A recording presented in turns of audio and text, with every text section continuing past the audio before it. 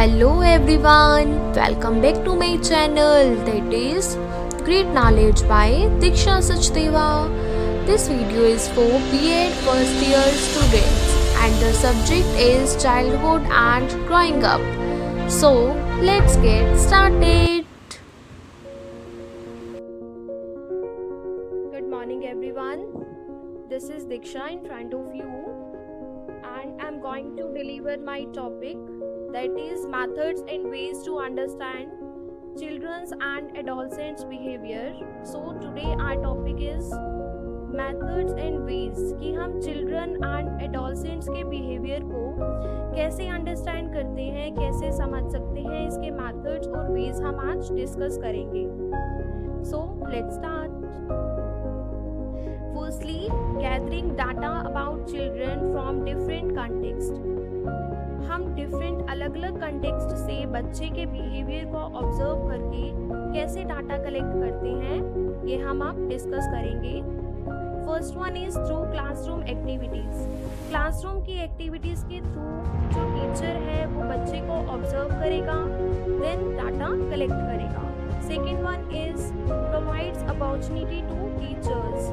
ये टीचर को अपॉर्चुनिटी देता है कि ये हर एक बच्चे को ऑब्जर्व करे और फिर डिसाइड करे कि कौन सी टीचिंग स्ट्रेटजी हमें अपनानी है, कौन सी टीचिंग मेथड्स हमें डिसाइड करने हैं बच्चे को टीच करने के लिए. फॉर एग्जांपल, अगर टीचर पूरी हॉल क्लास ऑब्जर्वेशन करता है, बच्चों को ऑब्जर्व करता है कि बच्चे जो है वो फ्री टाइम में स्ट्रगल कर रहे हैं सेल्फ मैनेजमेंट के लिए, भाई खुद से स्टडी करने की कोशिश कर रहे हैं अपनी फ्री टाइम में भी, तो टीचर ये डिसाइड कर सकता है कि वो भी उनके फ्री टाइम में उनको कुछ स्पेसिफिक रूटीन्स के बारे में भी बताकर बच्चों की हेल्प कर सकता है. फॉर एग्जांपल, ये रूटीन्स जो हैं वो सिंपल भी हो सकती हैं, एज अ गाइडलाइंस भी हो सकती हैं कि बच्चे को बताना कि आपको डस्ट वर्किंग एरियाज में गॉगल्स वियर करने चाहिए, गॉगल्स पहनने चाहिए. और नेक्स्ट वन इज आपको ऑलवेज ऑबे योर पेरेंट्स, अपने पेरेंट्स का आदर करना चाहिए. Next one is methods. Now we will discuss about methods. कि कौन-कौन से methods होते हैं बच्चों को observe करने के लिए. First one is naturalistic observation. Second one is interviews, reflective journals, anecdotal records, and last one is narrative method. So today we will discuss about these all topics. Now first topic is naturalistic observation. Naturalistic observation, ये name से ही पता चल रहा है जो observation हमारी natural होती है. Okay, first one is used by teacher. ये टीचर के द्वारा इसे यूज किया जाता है बच्चों को ऑब्जर्व करने के लिए उनके नेचुरल एनवायरनमेंट में. नेचुरल एनवायरनमेंट मीन्स चाहे वो क्लासरूम हो, चाहे वो स्कूल हो, चाहे वो स्कूल कैंपस हो, प्लेग्राउंड हो, एनीथिंग एल्स. बच्चे का जो भी एनवायरनमेंट, वहाँ पे बच्चा जो भी एक्टिविटीज़ कर रहा है उसे ऑब्जर्व करने के लिए टीचर इसे यूज़ करते हैं और कॉमनली इसे साइकोलॉजिस्ट भी यूज़ करते हैं. सेकेंड वन इज़ ये स्मॉल चिल्ड्रन के लिए, छोटे बच्चों के लिए ज़्यादा बेस्ट रहता है. अब हम बात करते हैं सक्सेसफुल ऑब्जर्वेशन की. अब जो ये ऑब्जर्वेशन टीचर करते हैं ये सक्सेसफुल कब हो पाएगा ये हम अब डिस्कस करेंगे. टीचर की ऑब्जर्वेशन तभी सक्सेसफुल हो पाती है जब वह बच्चों की जो यूनिक एक्टिविटीज़ हैं उसे कैप्चर करे या रिकॉर्ड करे. फॉर एग्जांपल, टीचर ने देखा कि 5 बच्चे पेंटिंग कर रहे हैं और आपस में बातें कर रहे हैं कलर्स को लेकर कि red colour, yellow, blue etcetera, and sharing the water also, और वाटर भी शेयर कर रहे हैं. तो टीचर को यह ऑब्जर्व करना चाहिए कि जो बच्चे की फाइन मोटर स्किल्स हैं, लैंग्वेज है, सोशल स्किल्स हैं, ये सब डेवलप हो रही हैं और टीचर को उसे कैप्चर या रिकॉर्ड कर लेना चाहिए. तभी जो ऑब्जर्वेशन है ये सक्सेसफुल हो पाएगी. Next one is reasons. अब हम पढ़ेंगे कि इसके क्या क्या रीजंस हैं, हम नेचुरलिस्टिक ऑब्जर्वेशन क्यों करते हैं. फर्स्ट वन इज कि इससे हमें टोटल एनवायरनमेंट के बारे में पता चलता है कि बच्चे पर एनवायरनमेंट का क्या इन्फ्लुएंस पड़ रहा है, क्या प्रभाव पड़ रहा है। सेकेंड वन इज बच्चे की फिजिकल, सोशल और लैंग्वेज डेवलपमेंट हमें समझ में आती है, अंडरस्टैंडिंग लेवल इंक्रीज हो जाता है। थर्ड वन इज हमें यह पता चलता है कि बच्चा कैसे सीख रहा है, how children learn.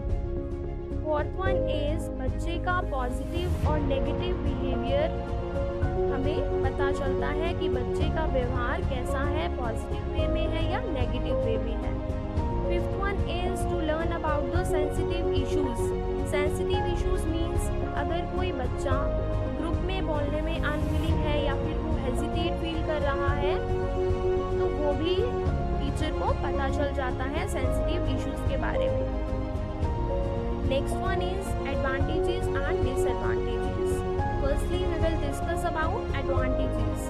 First one is natural behaviour. Natural behaviour means कि जो बच्चा है वो अपनी फीलिंग्स, रिएक्शंस और बिहेवियर, जो भी उसका बिहेवियर होगा वो सब कुछ रियल होगा, नेचुरल होगा। बिकॉज उसे नहीं पता कि टीचर उसे ऑब्जर्व कर रही है, तो वो खुद से अपना जो बिहेवियर है वो नेचुरल ही रखेगा, उसमें कोई भी मैनिपुलेशन, कोई भी जोड़ तोड़ नहीं कर सकेगा। Second one is aids in research validation. जो भी एक्सपेरिमेंट्स किए गए हैं उनका वैलिडेशन किया जाएगा। वैलिडेशन मीन्स इवेल्युएशन करना, टेस्टिंग करना। Okay, third one is puts thing in real world life. जो टीचर है वो वर्ल्ड लाइफ के साथ जोड़कर क्वेश्चंस पूछेगा बच्चों से, और जो बच्चे भी हैं अपने आप को रियल वर्ल्ड लाइफ के साथ कनेक्ट करेंगे, देन वो टीचर को आंसर करेंगे। Fourth point is allows to study unethical topics. Unethical topics means जो अनैतिक होते हैं, मीन्स जो मॉरली एक्सेप्टेबल नहीं होते हैं, उन टॉपिक्स के बारे में भी बच्चों की स्टडी होनी चाहिए, बच्चों को पता होना चाहिए। फॉर एग्जाम्पल,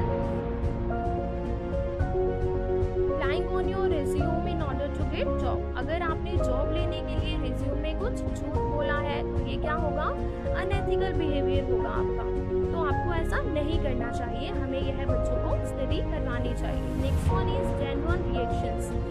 जेन्युइन रिएक्शंस क्या होते हैं, जो रिसर्चर्स है, रिसर्चर ने अपनी नेचुरलिस्टिक ऑब्जर्वेशन में यह स्टडी की और यह कहा कि ये जो मेथड है ये एक्यूरेट है और रियलिस्टिक रिएक्शंस हैं इसके। बिकॉज बच्चे जो हैं, बच्चों को पता नहीं कि इन्हें कोई ऑब्जर्व कर रहा है, सो जो हमें रिजल्ट मिलेंगे बच्चे के बिहेवियर के अकॉर्डिंग वो जेन्युइन होंगे। Next one is disadvantages. First one is outside influence. अब बच्चे का एनवायरनमेंट पे क्या असर हो रहा है, क्या इन्फ्लुएंस पड़ रहा है बच्चे पर, ये आउटसाइड इन्फ्लुएंस है, इस पे हमारा कोई भी कंट्रोल नहीं होता। Next one is difference in opinion. अगर एक ही सब्जेक्ट को, एक ही टास्क को काफ़ी सारे बच्चों को दे दिया जाए तो सभी के अलग अलग ओपिनियन होंगे, सभी के अलग अलग सुझाव होंगे, तो ये भी हमारी डिसएडवांटेज हो जाती है। Next one is take long time. इसे हमें ऑब्जर्व करने में बहुत ही ज़्यादा टाइम लग जाता है, क्योंकि अलग अलग बच्चे का रिकॉर्ड रखना होता है, टीचर को ऑब्जर्व करना होता है सभी स्टूडेंट्स को। Next one is different views. अगर एक से ज़्यादा रिसर्चर होगा तो सभी के अलग अलग व्यूज आएंगे। Next one is distractions. कई बार क्या होता है कि जो एनवायरनमेंट है इसमें डिस्ट्रैक्शंस आ जाती हैं जो कि बच्चे पे गलत इफेक्ट डालती हैं, गलत इम्पैक्ट डालती हैं। सो that was all about naturalistic observation. Now we will discuss about second method, that is interview. Interview आप सभी को पता है, as you know very well, it involves face to face interaction. face to face interaction होता है इसमें researcher और participant के बीच में, हम ये भी कह सकते हैं इंटरव्यूअर और इंटरव्यूई के बीच में, जिसमें कि जो इंटरव्यूअर होता है ये क्वेश्चन पूछता है, जो इंटरव्यूई होता है वो क्वेश्चन के आंसर करता है वर्बली, मींस बोलकर। तो यहाँ मैंने डेफिनेशन ली है चैपलिन की। According to Chaplin, interview is a face-to-face conversation for the purpose of obtaining factual information. Okay. Next one is reasons. First one is investigate issues in depth way. हम investigate issues को गहराई से समझते हैं। Second one is discover. हम ये देखते हैं कि एक इंडिविजुअल जो एक चाइल्ड है वो किस तरह से सोच रहा है, किस तरह से फील करता है किसी टॉपिक के रिगार्डिंग, टॉपिक को लेकर। थर्ड वन इज हमें सेंसिटिव टॉपिक्स के बारे में पता चलते हैं। सेंसिटिव टॉपिक्स जिसको डिस्कस करने में जो इंटरव्यूई है वो हेजिटेट फील करता है या फिर अनविलिंग है। Next one is deeper understanding and explain statistical data. हमें समझने में डीपर अंडरस्टैंडिंग होती है, हम गहराई से समझते हैं बातों को, और जो भी स्टैटिस्टिकल डाटा है इसे अच्छे से एक्सप्लेन किया जाता है। Next one is now we will discuss about types of interviews. Types of interviews. Interviews, how many types of interviews? There are 3 types: structured interview, semi-structured interview and unstructured interview. अब structured interview name से ही हमें पता चल रहा है, name से ही हमें clear हो रहा है। structure means जिसका पहले से ही हमने ढांचा तैयार करके रखा हुआ है, प्रीसेट क्वेश्चंस हैं कि हमें ये क्वेश्चंस ही पूछने हैं। और सेमी स्ट्रक्चर मीन्स पता चल रहा है हमें नेम से ही, सेमी मीन्स हाफ क्वेश्चंस इसमें प्री प्लान होते हैं, प्री डिसाइडेड होते हैं, और हाफ क्वेश्चंस इसमें ऑन द स्पॉट ही पूछे जाते हैं। ऑन द स्पॉट मीन्स उसी टाइम ही पूछे जाते हैं। अनस्ट्रक्चर्ड इंटरव्यू क्या होता है? अनस्ट्रक्चर्ड मीन्स जिसका कोई भी ढांचा पहले से तैयार नहीं किया जाता, क्वेश्चंस जिसके पहले से अरेंज नहीं किए जाते हैं, क्लोज क्वेश्चंस को अवॉइड किया जाता है। इसका वाइडर स्कोप होता है बिकॉज जो इंटरव्यूअर है वो किसी भी तरह से कोई भी क्वेश्चंस इंटरव्यू से पूछ सकता है।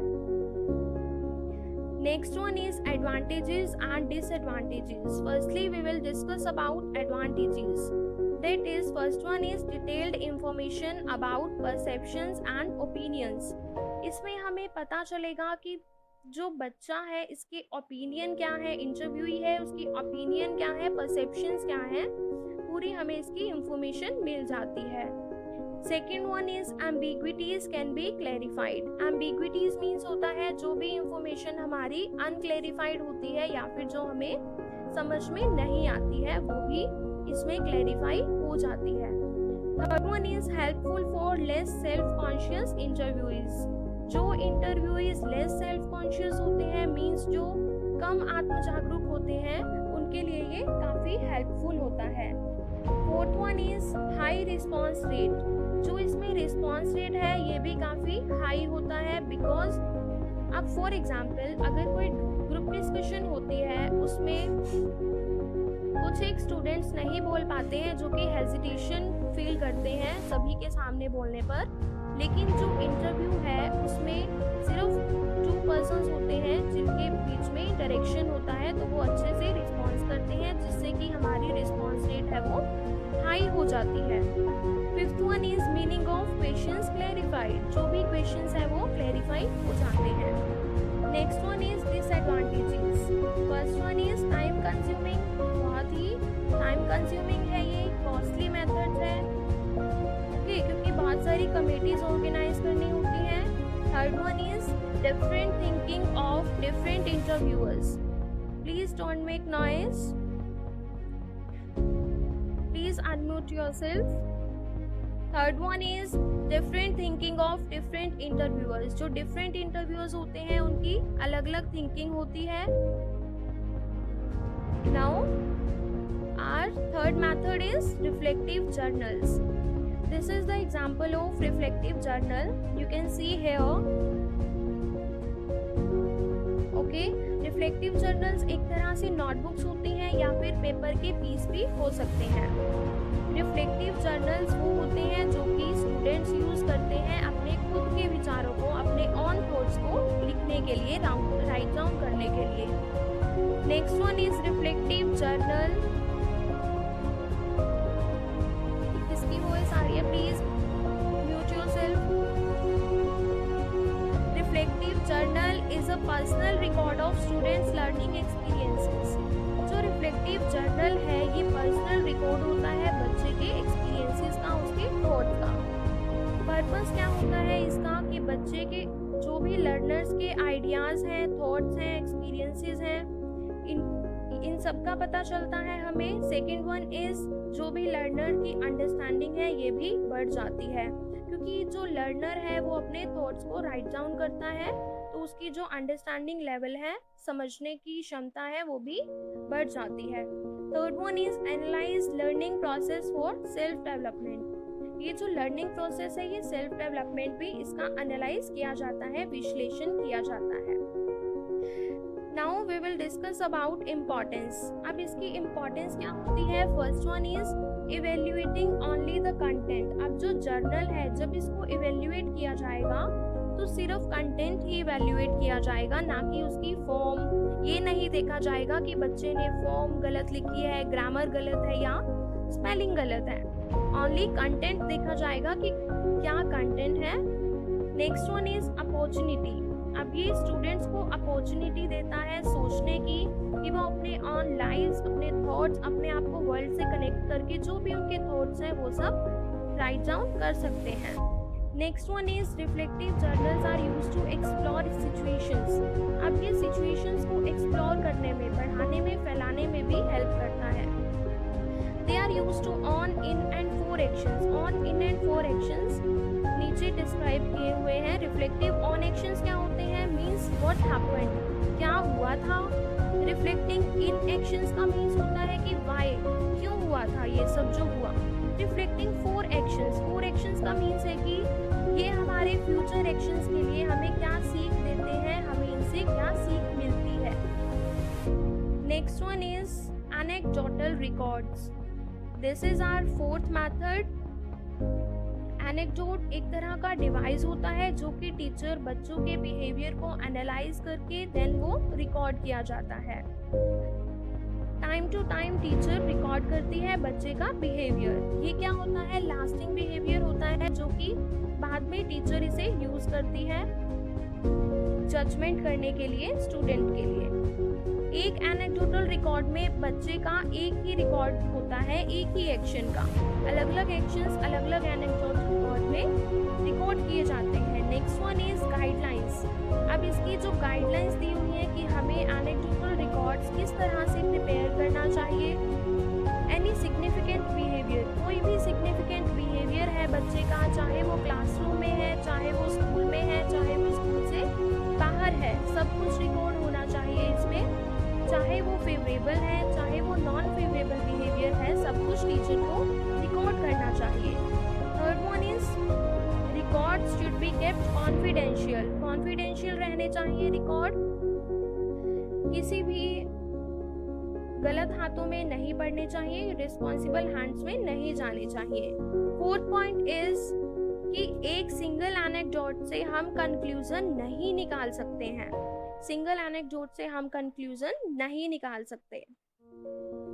Okay, avoid general comments. अब जो जनरल कमेंट्स है ये भी टीचर को अवॉइड करने चाहिए, सभी रिकॉर्ड नहीं करना चाहिए। आइटम्स, अब इसमें हमें बोल रखा है कि आइटम्स हमें कौन कौन सी इसमें इंक्लूड करनी है। Firstly name of the student, student का नेम रिकॉर्ड करना है, कौन से डिपार्टमेंट से है बच्चा, डेट और टाइम नोट करना है कि इंसिडेंट कौन से डेट पे हुआ, कौन से टाइम पर हुआ। ब्रीफ रिपोर्ट तैयार करनी है कि व्हाट हैपेंड, हुआ क्या था। कंक्लूजन लिखना है हमें जजमेंट के बेसिस पर। इसके बाद जो इंस्ट्रक्टर है वो एक ब्रीफ रिपोर्ट तैयार करेगा कि बच्चे की परफॉर्मेंस क्या रही, ओवर अ पीरियड बच्चे ने क्या किया। इंस्ट्रक्टर जो है वो बच्चे की स्ट्रेंथ और वीकनेस हाईलाइट करेगा, बच्चे में क्या अच्छाइयाँ हैं और क्या कमियाँ रही, इन सबको हाईलाइट करेगा। इंस्ट्रक्टर जो है अगर उसे लगता है कि कोई इंफॉर्मेशन यूजलेस है तो वो उसे अवॉइड भी कर सकते हैं जब वो फाइनल रिपोर्ट प्रिपेयर करते हैं। Next one is advantages and disadvantages. First one is advantage, realistic understanding. अब हमें रियलिस्टिक अंडरस्टैंडिंग पता चलती है। Next one is improvement in behaviour, जो बच्चे का बिहेवियर है उसमें भी इम्प्रूवमेंट होती है। Next one is need no special training, teacher को इसके लिए कोई भी स्पेशल ट्रेनिंग लेने की नीड नहीं होती है, ये खुद से ही इजीली डेवलप किया जा सकता है।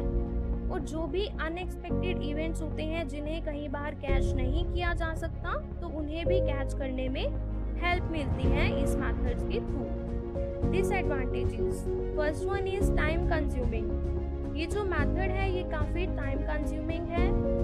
नेक्स्ट वन इज, अगर इसे केयरलेसली रिकॉर्ड किया जाएगा तो हमारा जो पर्पस है मेथड का वो फुलफिल नहीं किया जा सकता।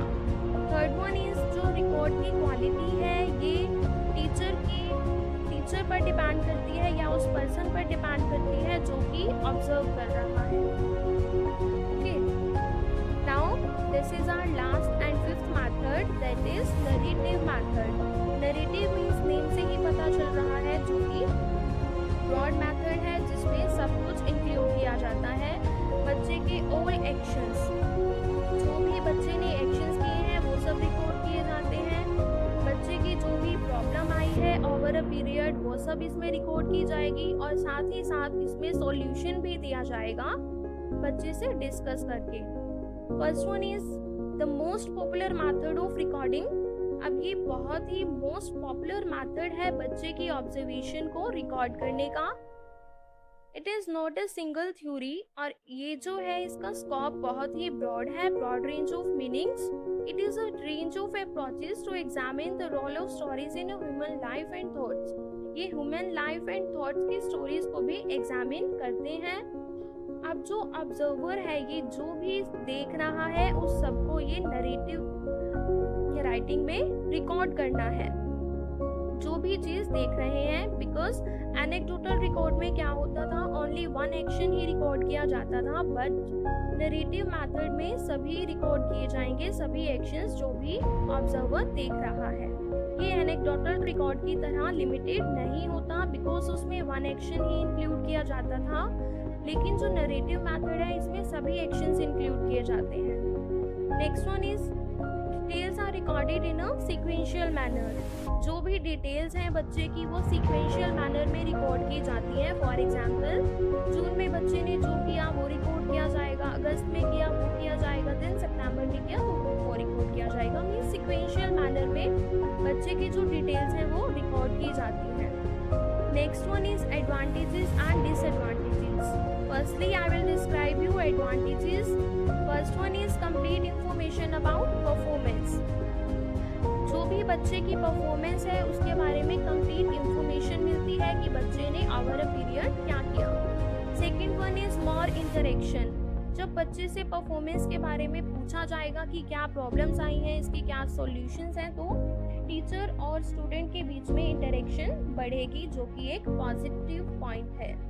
Next one is appraisal feedback with रेटी। जो भी रेटी होगा या फिर जो भी स्टूडेंट होगा जिसके बारे में रिकॉर्ड किया गया है उससे प्रॉपर फीडबैक मिल पाएगा हमें। Next one is relate events in sequence. अब जो इवेंट्स हैं उन्हें सीक्वेंस से रिलेट किया जाएगा कि जून में तो बच्चा ऐसा था, लेकिन जुलाई में बच्चे में कुछ इम्प्रूवमेंट हुई है, सितंबर में बच्चा बहुत ही अच्छा बन गया है, इसमें कोई भी नहीं रही हैं। Connections with past events. Connection with past events means जो भी इवेंट्स पास्ट में रेलिवेंट थे क्या वो फ्यूचर में रेलिवेंट होंगे, क्या जो पास्ट में अच्छे थे क्या वो फ्यूचर में भी वही रहेंगे, ये सब इसमें देखा जाता है। Next one is communicates the main idea.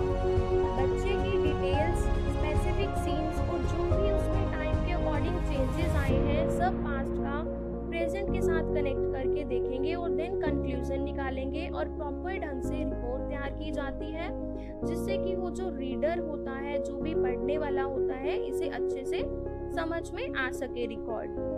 Next one is disadvantages. No numeric data. कोई भी न्यूमेरिक आउटकम नहीं निकल कर आता है, बिकॉज बच्चे के एक्शंस ही नोट डाउन किए जाते हैं। कोई भी न्यूमेरिक डाटा नहीं होता कि 100% है, बच्चा 50% किया। Next one is no standardisation. Standardisation means हम सभी को पता है प्रोसेस ऑफ मेकिंग समथिंग जो कि स्टैंडर्ड के अकॉर्डिंग हो, तो इसमें कोई भी स्टैंडर्डाइजेशन नहीं होता। सो अब इन सब मेथड्स को स्टडी करने के बाद हम लास्ट कंक्लूजन पर पहुंचे हैं। In conclusion we can say that all the methods are very useful for understanding the childrens and adolescents behaviour. हम ये कह सकते हैं कि ये जो सभी मेथड्स हैं ये बच्चे की और एडोलसेंट्स के बिहेवियर को समझने के लिए बहुत ही यूजफुल है।